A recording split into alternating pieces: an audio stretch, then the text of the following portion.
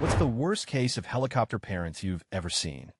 Story 1. My friend wasn't allowed to use scissors until he was in high school. His parents were insane. You should have seen their reaction when he joined the army.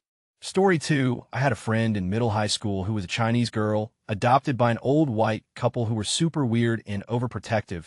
Some of the things I remember about her parents' mom volunteered at whatever school we were at and would sit with us at lunch to make sure her daughter was eating. They drove a minivan and made her sit in a car seat in the very back row until like freshman year of high school. Anytime someone praised them for raising such a good daughter, they would laugh and say she's not our daughter, she's adopted. They wouldn't let her ride the school bus, join any clubs, or hang out with anyone after school. When she got her driver's license, the dad bought light sticks like air traffic controllers use. Anytime she left the house, he would stand in the street with his light sticks and block traffic so that people wouldn't hit her as she backed out of the driveway. It was hilarious to watch, but she was completely mortified, LOL. Story 3. I was a charge nurse in a drug and alcohol rehab, and this 19-year-old kid was admitted for heroin detox and treatment. His mom wanted to be there for the entire admission process, which isn't out of the ordinary for families. However, after the kid was admitted and shown his room, his mom wouldn't leave.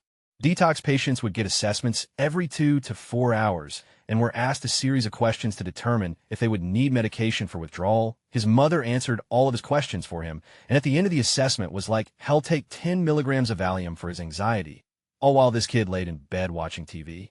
In this particular rehab, visitors, cell phones, and laptops were allowed, so we couldn't tell her to leave until visiting hours were over. That time arrives, and you guessed it, she's still there. As the charge nurse, I had the honor of asking her to leave. Mom looked at me legitimately confused and replied, I have to leave. I was going to stay here with my son. There are 2 beds in his room, so I didn't think it was a problem. I then explained to this mom that the second bed needed to be kept open for another potential admission. Then I was yelled at for not providing her son with a private room, and that this guy in the admissions department said she could stay throughout her son's detox and treatment. I told her patients weren't allowed to have overnight guests. She was appalled because she thought that because she was the mother that she fit into some type of loophole or something. After she left, she visited every day and stayed from the beginning of visiting hours to the end. When she wasn't there, her son was on the phone with her. Needless to say, this kid relapsed immediately after he finished treatment. TLDR, enabler mother actually wanted to stay in her adult son's room while he was in rehab. Edited typos. Story 4. I run a huge book rental department for a good-sized university. 15K students. It's a beautiful program. 95 of our students' books are covered by $185 fee. Anyway, I've seen some crazy stuff with parents. Honestly, there just isn't enough Reddit for me to relay all the stories. My number one, however, is it's move-in day. The worst day of the year. Hundreds upon hundreds of students coming to get their books all at once. Most freshmen accompanied by their parents. This one lady marches up to the desk, pushing other customers aside and dragging her mortified-looking son along by the hand. She then demands that I tell her how she gets her son's books. I tell her the best way for your son to get his books is to use his class schedule and go find them himself, as he will need to do this every semester moving forward. The aisles are alphabetical, and the course is arranged numerically once you're in the right aisle. She tells me that she doesn't believe her son is capable of doing that. Now, at the time, I didn't expect to be staying as the manager of the department or employed by the university, so with nothing to lose, I said, then your son isn't capable of succeeding in college. And she lost it, absolutely started flipping out screaming that I called her son stupid. After her rage, I said, I'm sorry, ma'am, but you're the one who suggested to me that your son is incapable of using the alphabet and numbers to perform a simple matching task. I was just going off of the information you provided. She stared at me. In other words, I'm pretty sure you're the one who just called you son stupid when you told me that he is incapable of accomplishing a kindergarten-level skill. She throws another fit and then smashes the schedule into the kid's hand. He looks like he wants to die. She points off toward the shelves and tell him that she will be here if he needs her. Then she turns and glares at me with a well see. Look, I wish her a nice day and go back to my office and continue to observe the chaos of move-in day. Kid found his books in 5 minutes and tried to sneak out without her noticing. Sadly, her hover skill was greater than his sneak. She spotted him headed out the door and ran after him, screaming his name. Story 5. I work at a university. We had a parent get worried because he had not contacted her in a while and wasn't taking her calls. We tracked him down, and it turned out he was just ignoring her because she called multiple times a day and was driving him crazy. Story 6. Eventual friend in HS. His mother was there every day, All day was a private school. Day student, she walked him to class, rehearsal, music lessons. The freaking bathroom took the entire year to get her to stop. He ended up hiding from her. This kid was brilliant, perfect SAT scores, accomplished musician, amazing actor. We gave him his first soda, gum, etc. Father was an ex-priest who screwed the organist. Mother was an ex-nun. Both batshit crazy. We were all so proud when he went to college 800 miles away. Then it went very bad. Originally the story was he committed suicide, which made no sense. Everything was going his way.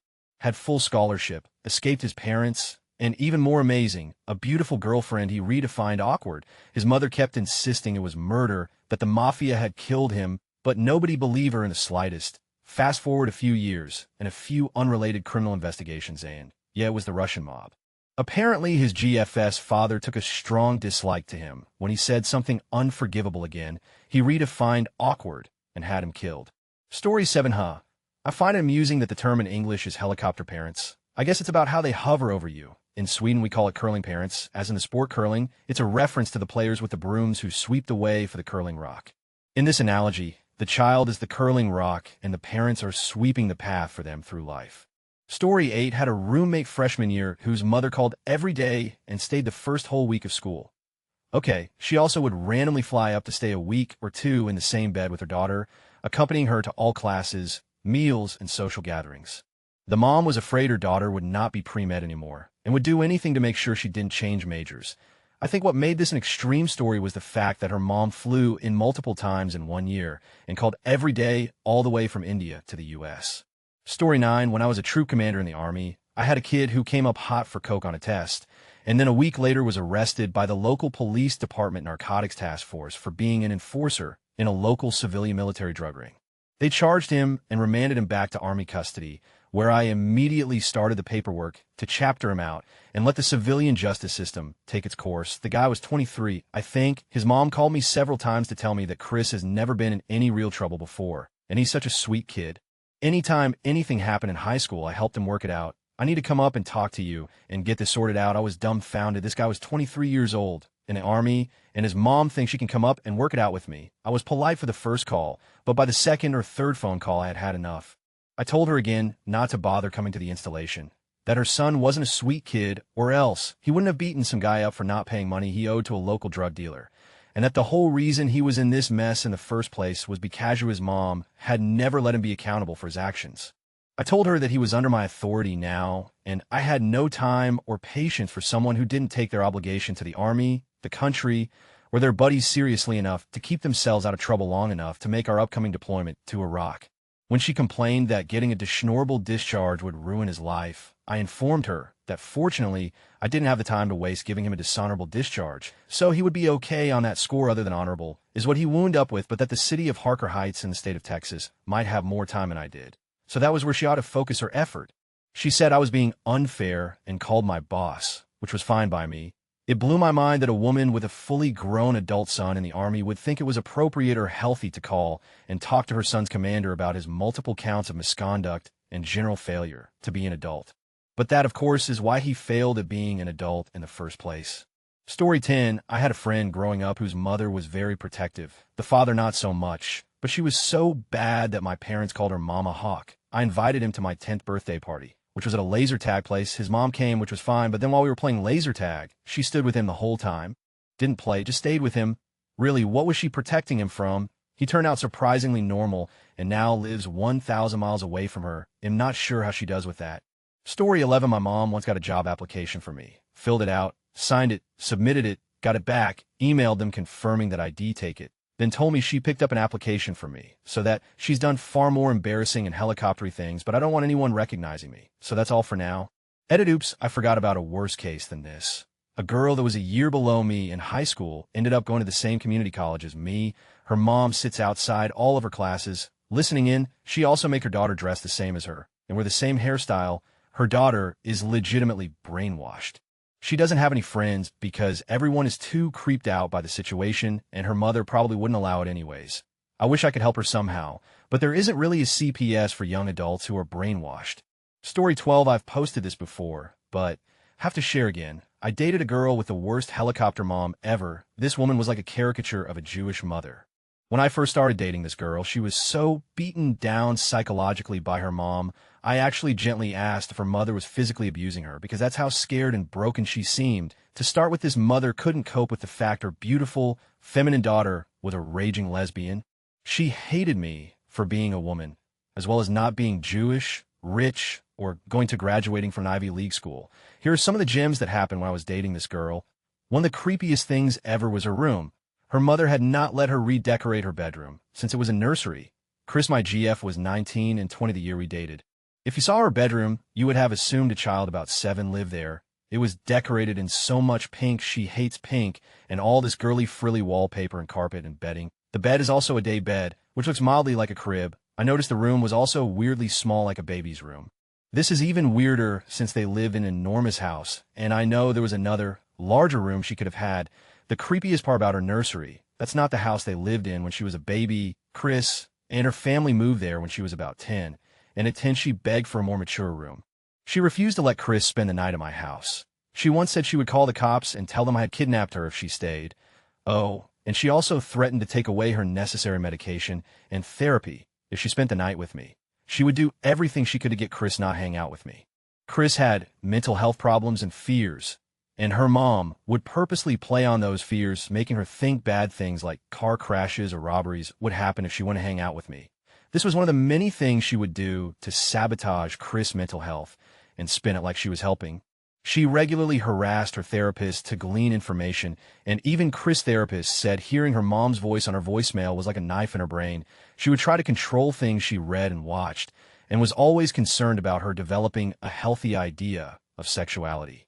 She flipped out once when she was reading a novel that involves a woman in an abusive relationship, even though Chris wasn't stupid and could tell that was a bad abusive relationship. Once Chris called me absolutely hysterical because her mom had been with her in a changing room at some store, and she had seen evidence of some rough, mainly just hickeys, but there might have been a scratch or whip mark somewhere there too. It was pretty disturbing because I know for certain most of the hickeys were pretty much on her breasts. So her mom was in there when she was mostly naked. Her mom went nuts and was on and on and on about how Chris needed to learn about healthy sexuality. She also implied I might somehow be abusing her. Mind you, this was a girl who enjoyed being spanked. I get the feeling her mom must have never had him because the way she viewed was just dreadful. She forced me to get an STD test in the first month of my relationship with Chris because she convinced her that I had an STD. Mind you, lesbian is the safest I've never had with a man, and at this time ID only ever had one female partner. But Chris' mental illness made her think I really could have had something and what already had at this point, so she was really panicked. Oh, and when the results came in, she demanded to see them. I refused to show the results to Chris' mom because I figured she would say that the positive I had because of a Hep vaccine meant I actually had it, but I showed it to Chris, then demanded to know the name of my doctor and made Chris Google the doctor, which made her suspicious because the doctor was just filling in that day and his name popped up for geriatric stuff. She was doing everything she could to keep us from having contact. Again, she hated the fact Chris was gay and with me. She often bought Chris clothing and forced her to wear them. She got her a pair of panties from Victoria's Secret that were designed to look like a middle high school girl's notebook with things written all over it.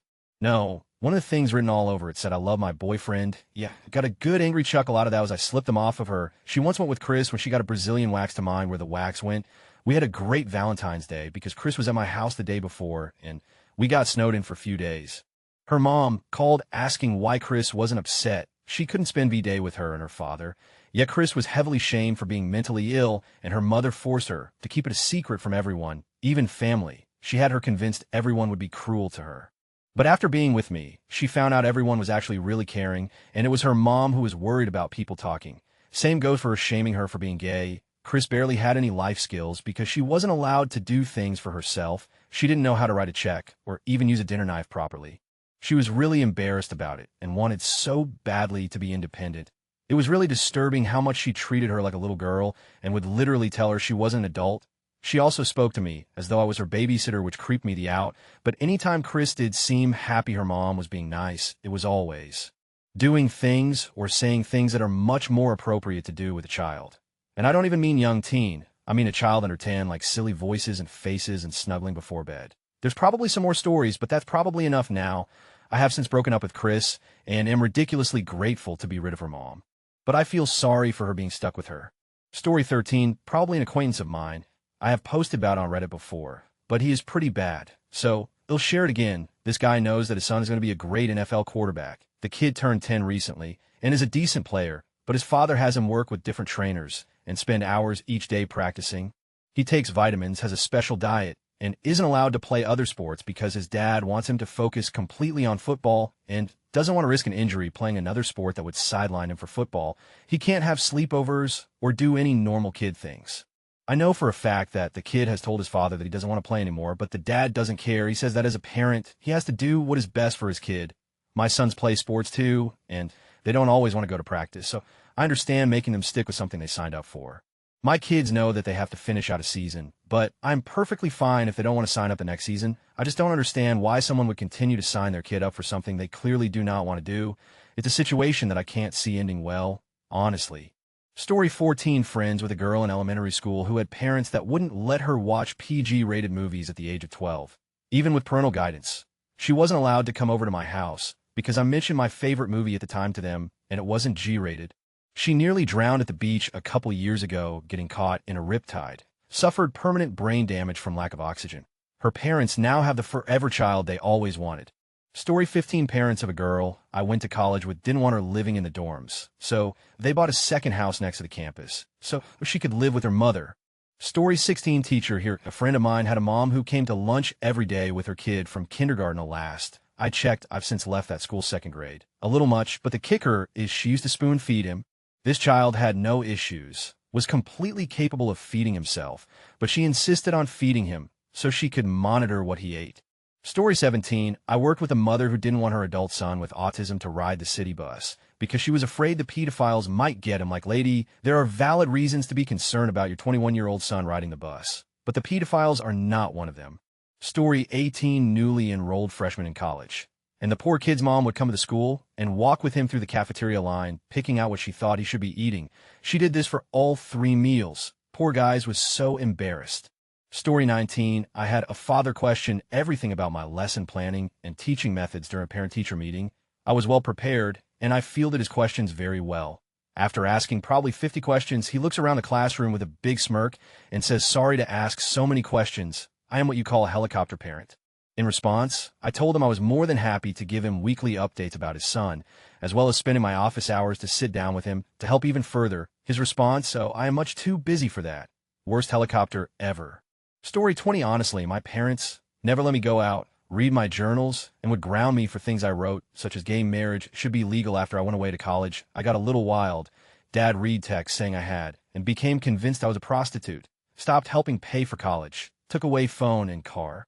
Called my friends and asked them if they knew anything about me involved in trafficking. Did all kinds of to me like break my American Horror Story DVD because it was satanic. There's so much more I could go on, but I don't know anyone with more overprotective parents than me.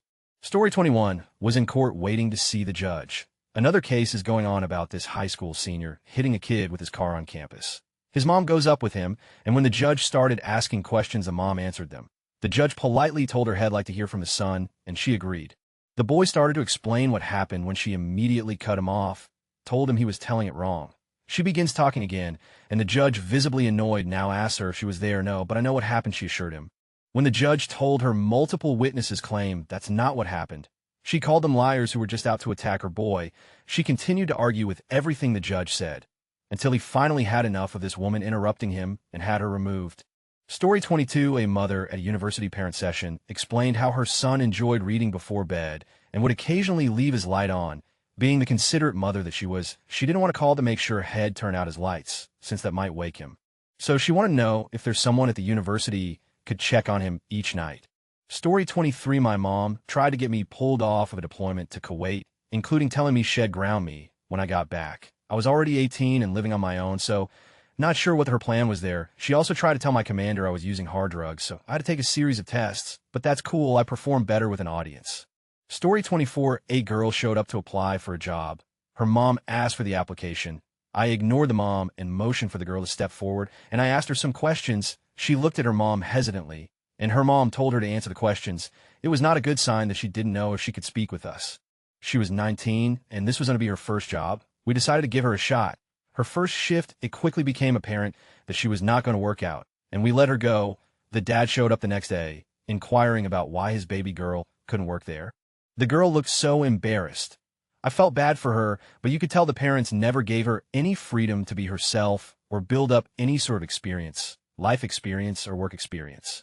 Story 25. I had a mother start emailing me 10 minutes after her son left a job interview with me, then start calling for 3 days straight, along with 5 or so emails a day, talking up her son and how perfect he was, and this job is a perfect fit, and she would make sure he would be here every day.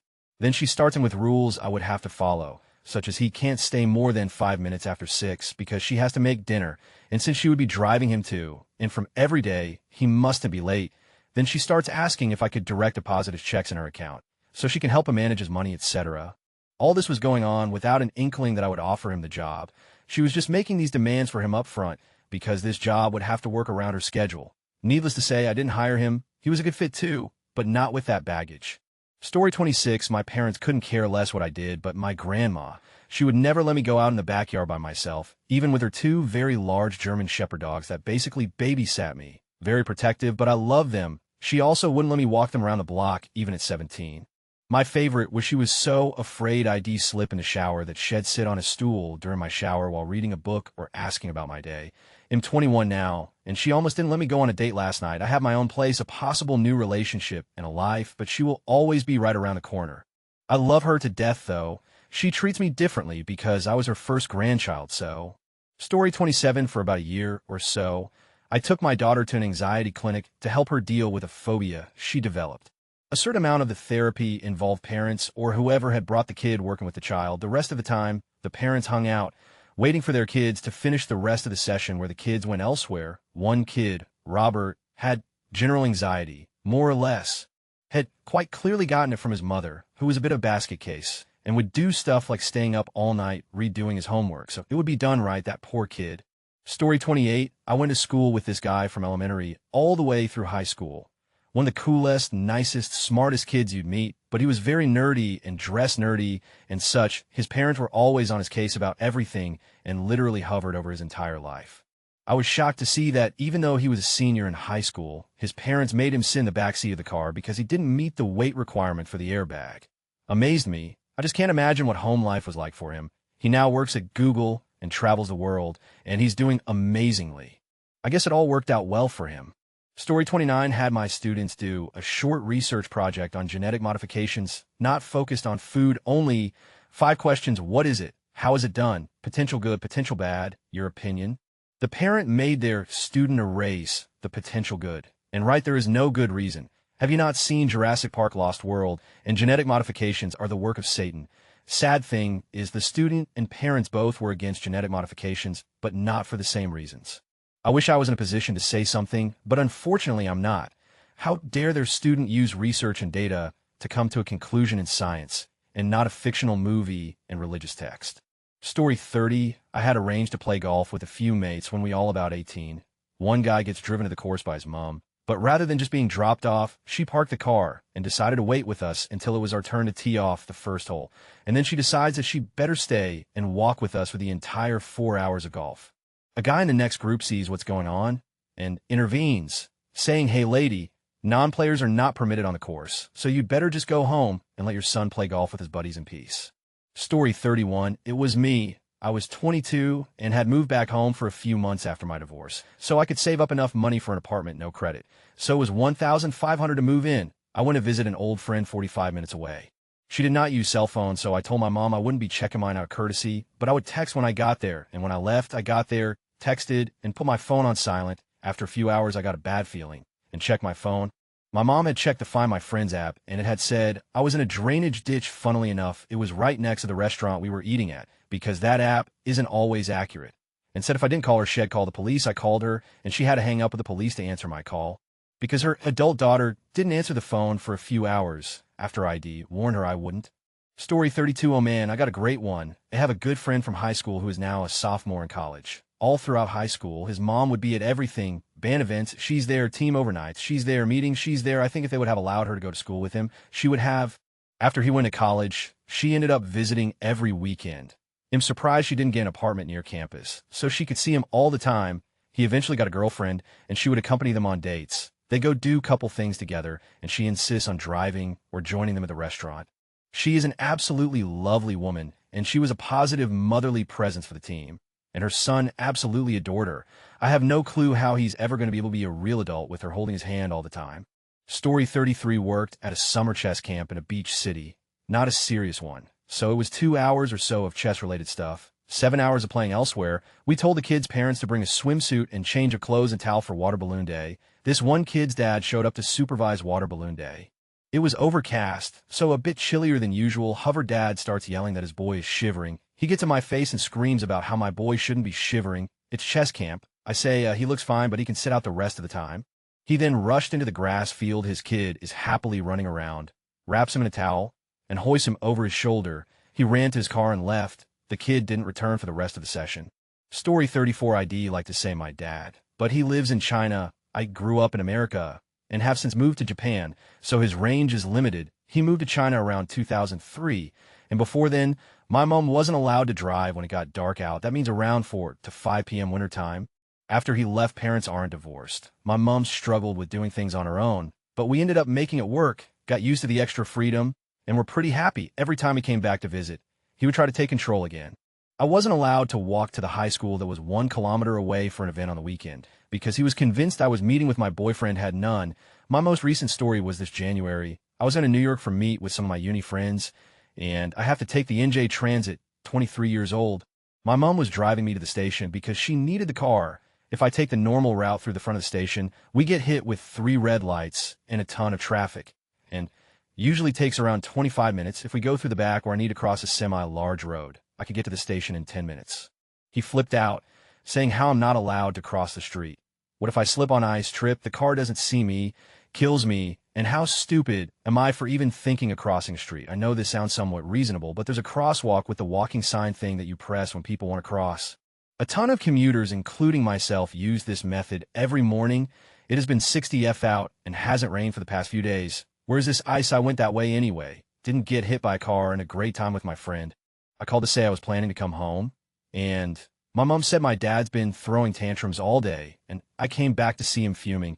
People like to think that it's pitiful that I didn't get to grow up with my dad by my side, but honestly, it's a blessing if this continued through my teenage years. Either he or I would be dead by now. Story 35. I was at home one day when my roommate brought his new coworker over to hang out. He was a nice guy, just your average dude. His phone rang as soon as he got there. It was his mom, and she said he had to come home immediately. I said ID, give him a ride home.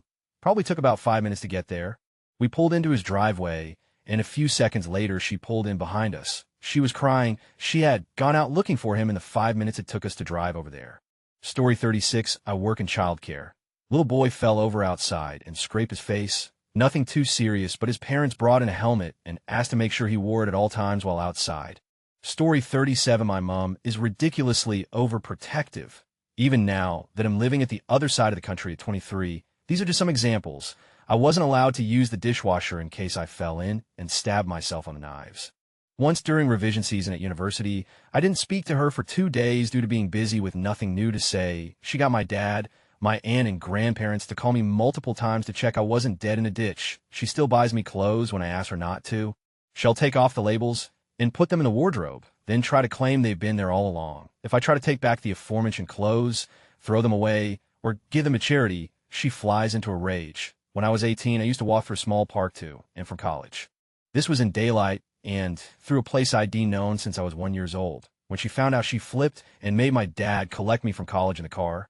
Story 38. My friend is 20. She has a speech impediment. She doesn't have her license. Her parents won't let her major in what she wants in college. If she is at home, she's forced to go to mass. Her sister has the same issue. She isn't allowed to have guys in her room. She has never kissed anybody before, let alone have a boyfriend. Her parents don't believe in mental illness, and she clearly suffers from depression.